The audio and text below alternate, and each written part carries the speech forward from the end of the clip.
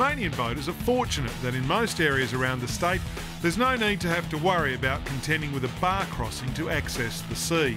But we do have some nasty barways, particularly in the upper east coast of the state, and all of these demand the ultimate respect. St Helens, where we are now, is probably the worst, but also Anson's Bay, we've got Bridport, we've got Saltworks down the east coast, and the Prosser River at Orford.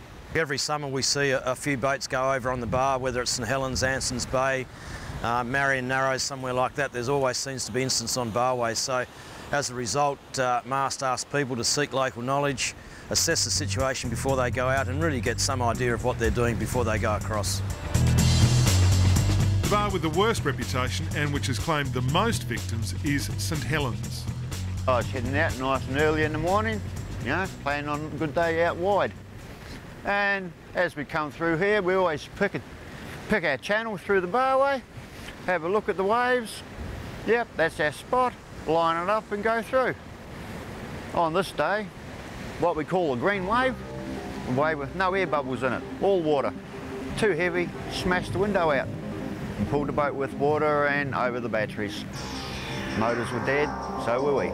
3 waves and the boat was on the bottom. In January 2013, Roger's beloved Bertram was sunk on the barway and he and his crew were in the water for 2.5 hours, clinging to a buoy before they were saved. Even though they were in a boat over 6 metres in length, all were wearing life jackets which helped them survive. We were all wearing PFDs, very good ones. You know, even though we didn't have to. We had them on and we had a piece of the boat that came up. The engine cover was like a raft to keep us together.